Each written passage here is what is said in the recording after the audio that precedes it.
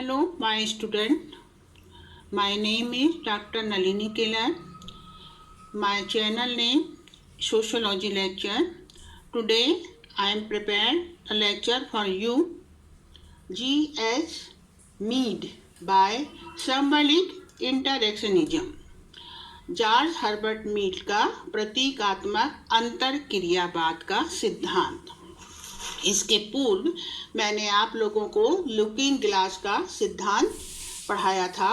उसी तरह आज का विषय प्रतीकात्मक अंतरक्रियावाद है, जो जॉर्ज हर्बर्ट मीड के द्वारा स्पष्ट किया गया था।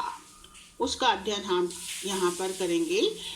कूले और मीड ने ये दोनों सिद्धांतों को समाजीकरण के सिद्धांत के आधार पर ही स्पष्ट करने की कोशिश की है। सबसे पहले हम मीड का परिचय जान लेते हैं।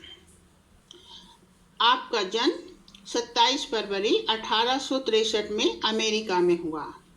मृत्यु 1931 में हुई। शिक्षा शिकागो विश्वविद्यालय में हुई। आप दार्शनिक एवं समाजशास्त्री थे। कृतियां, आपके द्वारा कोई भी कृति की रचना नहीं हुई। आपकी मृत्यु के उपरांत उनके शिष्यों के द्वारा उनके लेखों को 4 पुस्तकों के द्वारा प्रकाशित किया गया, जो इस प्रकार हैं। Number 1 philosophy of present, number 2 mind, self and society, number 3 movement of thought in the 19th century, 4th the philosophy of the act. अब हम पढ़ेंगे मीड का सिद्धांत। यदि आप लोगों को मेरा वीडियो अच्छा लगता है तो आप उसको लाइक कीजिए, कमेंट्स कीजिए, सब्सक्राइब कीजिए और बेल आइकन को दबा दीजिए, ताकि जब मेरा दूसरा वीडियो आए तो उसकी जानकारी आपको प्राप्त हो सके। अब हम पढ़ते हैं मीड का प्रतीकात्मक अंतरक्रियावाद का सिद्धांत, जो कि आज हमारा विषय है। तो सबसे पहले मैं आप लोगों को अंतरक्रिया का अर्थ समझाती हूँ। अंतरक्रिया वह क्रिया है जिससे मनुष्य एक दूसरे के मनों में अंतर प्रवेश करते हैं। व्यक्तियों की सभी क्रियाएं उन्हें सामाजिक संबंधों एवं संपर्कों के माध्यम से आपस में बांधती हैं। इस तरह व्यक्तियों की सभी संबंधों को अंतरक्रियाएं ही निर्देशित करती हैं। हमारे बीच में जो पारस्परिक संबंध होते हैं, चाहे वो आमने सामने के संबंध हों, चाहे वो द्वैतिक संबंध हों, ये संबंधों को निर्देशित कौन करती हैं? जो क्रिया हमारे द्वारा की जाती हैं, जिसमें व्यक्तियों के बीच पारस्परिक उत्तेजना और अनुक्रिया होती है। जब एक व्यक्ति क्रिया करता है तो दूसरे व्यक्ति उससे उत्तेजित होता है, उसमें उस व्यक्ति की क्रिया का प्रभाव पड़ता है और इस प्रकार से क्रिया प्रतिक्रिया का हम देखते हैं आपस में संबंध बना रहता है और गतिशील होते जाते हैं मनुष्यों के संबंध। इसको हमने वेबर के सामाजिक अंतरक्रिया के सिद्धांत में देखा था। अब हम आते हैं कि मीड का प्रतीकात्मक जो सिद्धांत है उसमें मीड क्या कहते हैं। मीड अपने को समाजशास्त्री मनोवैज्ञानिक के रूप में स्थापित करते हैं, क्योंकि ये पहले मनोवैज्ञानिक हैं। उसके बाद इन्होंने सामाजिक संबंधों को स्पष्ट करने की कोशिश की है। प्रतीकात्मक अंतरक्रियावाद के ये संस्थापक माने जाते हैं। अपने सिद्धांत को उन्होंने व्यक्ति और समाज के संबंधों का अध्ययन का केंद्र बनाया है। उनके सामने यह प्रश्न उपस्थित हुआ कि क्या व्यक्ति केवल अपने चारों ओर के लोगों का ही प्रतिफल है? क्या व्यक्ति केवल पर्यावरण की ही देन है? उसका जो व्यक्तित्व, जो उसका आत्म का विकास होता है, वो क्या केवल उसके पर्यावरण की ही उपज है? इसको उन्होंने अपनी पुस्तक को, जो उन्होंने 1934 में प्रकाशित हुई थी जो पुस्तक, उसमें हमको इसकी व्याख्या देखने को मिलती है। मीड का मुख्य कार्य सामाजिक प्रक्रियाओं क्रियाओं और अंतर क्रियाओं के संबंधों को स्पष्ट करना था। उनका मत था कि व्यक्ति अपने दैनिक जीवन में जो भी क्रियाएं करता है वह क्रियाएं शून्य में नहीं होती हैं। इसके पीछे सोच समझकर एवं विचार पूर्वक क्रिया को कार्यान्वित किया जाता है। क्रिया के पीछे व्यक्ति की सोच, उसके विचार कार्य करते हैं। इस तरह मीड ने सामाजिक क्रियाओं को मानसिक दृष्टिकोण से समझाने की कोशिश की है। इसीलिए वो उनका सिद्धांत हमें मनोविज्ञान की तरफ अधिक ले जाता है। प्रतीकात्मक अंतर्वाद का सिद्धांत के अनुसार ऐसा माना जाता है कि प्रतीकों के माध्यम से व्यक्ति एक दूसरे के साथ आपस में मानवीय क्रियाएं करता है।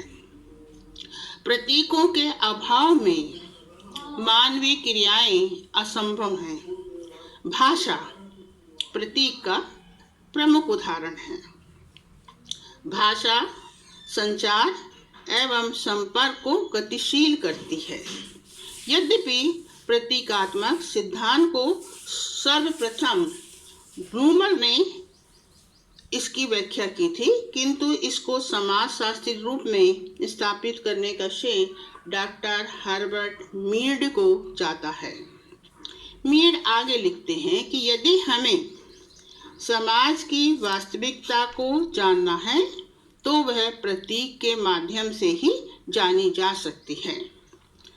जैसा कि मैंने आगे कहा कि प्रतीक के अंतर्गत भाषा, संवेदना एवं मनोभाव छिपे रहते हैं। कोई भी व्यक्ति जो क्रिया करता है तो उस क्रिया को करने के पीछे उसकी मानसिक स्थिति अवश्य काम करती है। उदाहरण के स्वरूप, जब एक व्यक्ति उत्तेजित होकर किसी व्यक्ति की प्रतिक्रिया का उत्तर देता है तब कोई घटना समाज में घटित होती है। उदाहरण, जैसा मैंने फिर से इसको रिपीट कर रही हूँ कि जब एक व्यक्ति उत्तेजित होकर किसी व्यक्ति की प्रतिक्रिया का उत्तर देता है तब कोई घटना समाज में घटित होती है। व्यक्तियों के बीच होने वाली क्रियाएं उनके अनुभव और उद्देश्यों से प्रभावित होती हैं, और यही किस उद्देश्य से व्यक्ति ने क्रिया किया है, उसका इस क्रिया करने के पीछे क्या अनुभव है, उसके आधार पर क्रिया का प्रतिक्रिया की जाती है, जिसमें हम देखते हैं कि हाव भाव, चेहरे के जो आपके इम्प्रेशन हैं, या आप किस प्रकार से उठते बैठते हैं, किस प्रकार से आप आकर एक व्यक्ति से बातचीत करते हैं, ये वो प्रतीक हैं जो कि आपकी क्रियाओं को क्या करते हैं, प्रभावित करते हैं। उदाहरण स्वरूप हम देखते हैं कि ये क्रियाएं जो होती हैं प्रत्यक्ष और अप्रत्यक्ष दोनों ही रूप में हमें दिखाई देती हैं। यदि हम किसी से, यदि मैं ही आप लोगों, यदि क्लास में एक टीचर आता है और आप गुस्सा होके आते हैं और बच्चों को डांटने लगता है कि मैंने कल जो काम किया था उसको आप लोगों ने किया कि नहीं किया, क्यों नहीं किया, तो हम देखते हैं कि पूरी क्लास जो होती है वो बिल्कुल शांत हो जाती है कि क्या बात हो गई है, टीचर क्यों बताएं गुस्से में इस प्रकार से हमसे बातचीत कर रहे हैं। और यदि वही टीचर आपकी क्लास में आते हैं और आपसे कहते हैं गुड मॉर्निंग क्लास, हाँ सभी स्टूडेंट आपस में बैठ जाइए, आज हम इस प्रकार से पढ़ेंगे, आज हम इस विषय पर चर्चा करेंगे, और बहुत अच्छी मुद्राओं में वो अपने चेहरे को आपके सामने स्पष्ट करते हैं, तो विद्यार्थी बहुत अधिक क्या हो जाते हैं, सहज हो जाते हैं।